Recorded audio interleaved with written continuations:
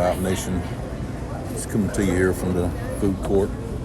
Got a little Taco Bell there just a few minutes ago and finished that up. But there's been a lot of stuff out there about this Twitter fiasco going on, and now I think Vanguard has gone out and bought some additional shares so they can have more than Musk, since he's not the big guy on the top now. I got some thoughts about this thing. I mean, anything can happen every day and things can go different ways and all that, but as far as what Vanguard's doing, if you notice the stock chart on it, I think it spiked a little bit today. Not much, but it's actually gone back down since Vanguard done their buy. And I think that was, it didn't look like it made any big difference to investors out there to try to make a run on it or something like that, whatever they thought was going to happen. A lot of people were saying that maybe employees and investors and stuff like that were probably going to try to buy as much as they could up so they could keep it from Elon. But it looks like what has happened is that the board has decided not to let the shareholders vote on whether or not they're going to accept Elon Musk's offer. Well, as far as I understand, and I've been seeing a lot of people talk about it, and there's been no differing opinion on it, whenever there's a buyout that somebody has made for a company like that, just to buy the whole total company, take it private, the obligation on the board of directors is to take it to the shareholders and give them the opportunity to make the decision themselves, because they might want to make that 25 or 30% cash right now, because they can turn around and invest it in something else, and that's pretty good. If you got a little bit of money tied up in Twitter, then you probably want to do that right now, because it's gone down from $70 or $80 last year down to has been lower than what it is now. It's at 45 right now, but anyhow, so that may turn out to be a problem. Of course, I know you've heard about the FCC, and I guess the DOJ is launching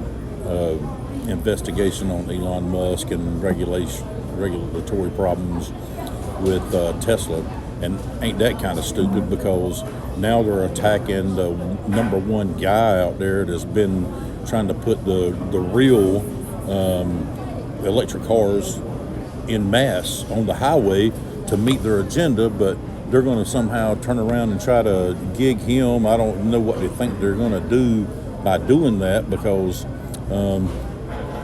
if they mess with him too much, they might piss him off, and he might do something that we ain't thinking of with Tesla or whatever. I don't know. I mean, you can't tell what's going on, but doesn't it seem odd that they would attack somebody just because he believes in free speech? And he's made some, points about that with Twitter.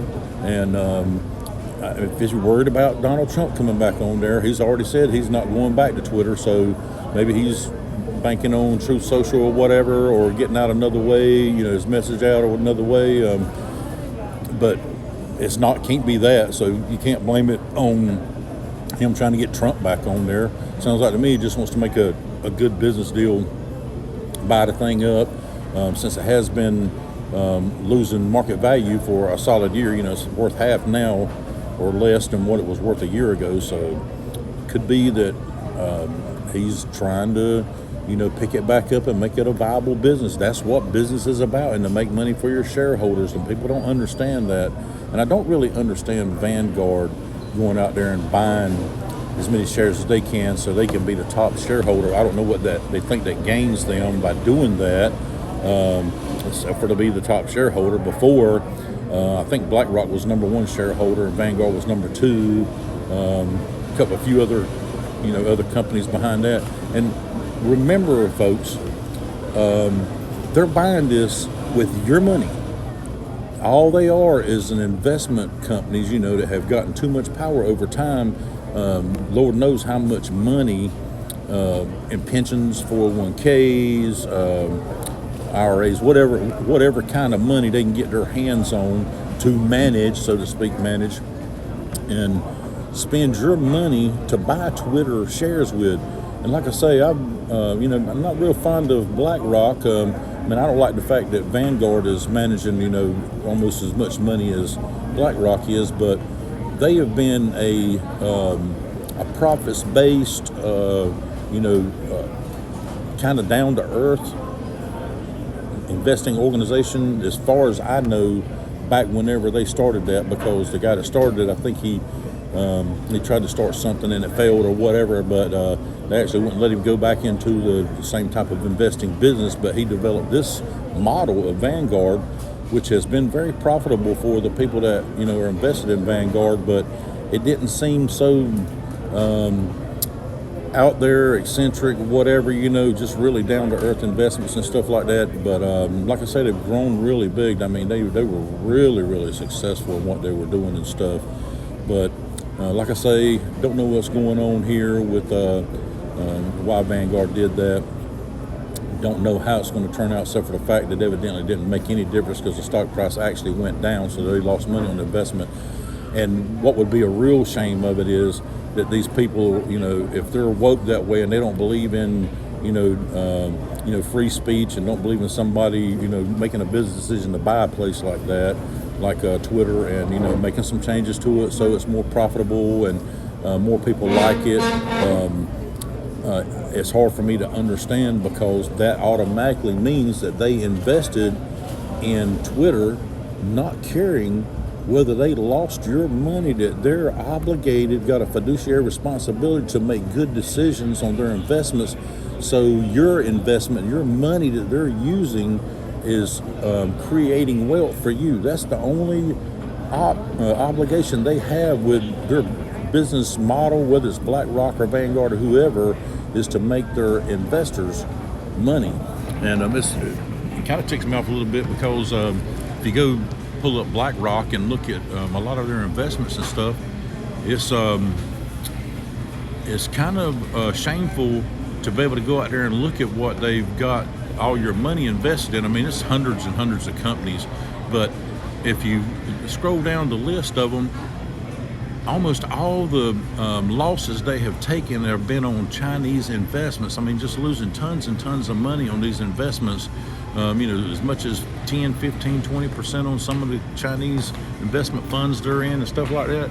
Why in the world would, even with that record, and this is not just started like yesterday, this has been going on for, years or whatever, at least 2 or 3 or 4, whatever, but probably they might have been good investments at one time, but when you start losing money, it's time to pull the money out and move on to something else, where you're looking after the people you're investing the money for. Does that make sense to you guys? I mean, I'm just saying it makes sense to me that if I'm letting somebody invest my money, which I do have, some money invested, but it's local. What's going on, brother? Doing great. But it's all local and everything. I made sure my bank understood that that's all I'm going to do is local, and make sure they understood that my money don't get invested by BlackRock or Vanguard or any of them. If they want to invest it local, if I make a little bit less return, at least I don't have that big chance to, the funds that I have it in don't have a big chance to lose money when the market goes down or up or whatever, So right now in the economy, I mean, it just made sense to me. I'm not giving advice, but it made sense to me with the economy the way it is, because I've had friends that have their money invested in stock, stuff, their 401ks and all that in the past. And when the market goes down, I mean, they lose like, a third, 20, 25, 30% of their money. And it takes a long time to build that back up for the market to come back in place. So, when you get older and you start getting towards retirement age and everything, you want your money to be a little bit more stable so it don't disappear on you. It's disappearing fast enough with the inflation and stuff we got, but definitely don't want that to happen for no big chunks of money or whatever,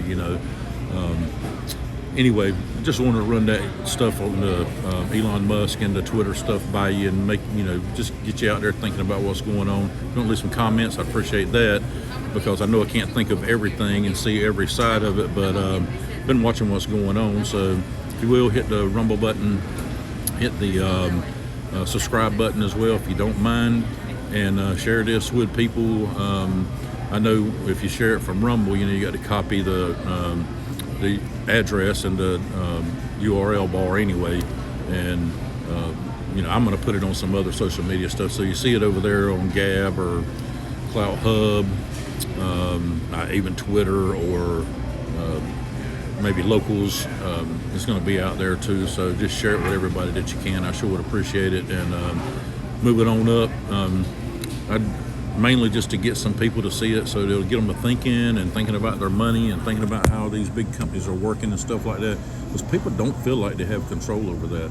But I'm telling you, you do have the control, because we are the ones that do have the control. We could if everybody would get together and do some certain thing or whatever, you could bring BlackRock and Vanguard and all of them to their knees, because all you got to do is just move your money out of their funds and make sure your bank understands, hey, that's not where my money's going. I don't care if you got to put it in cash and just put it in the freaking bank somewhere, in a traditional IRA or something, make a minimal amount right now. But we can control them and bring them to their knees. They got too much power. They'll tell you they got all the power and they're controlling everything. So anyway, I appreciate you listening. Have a great day. I'll be seeing you on the rebound.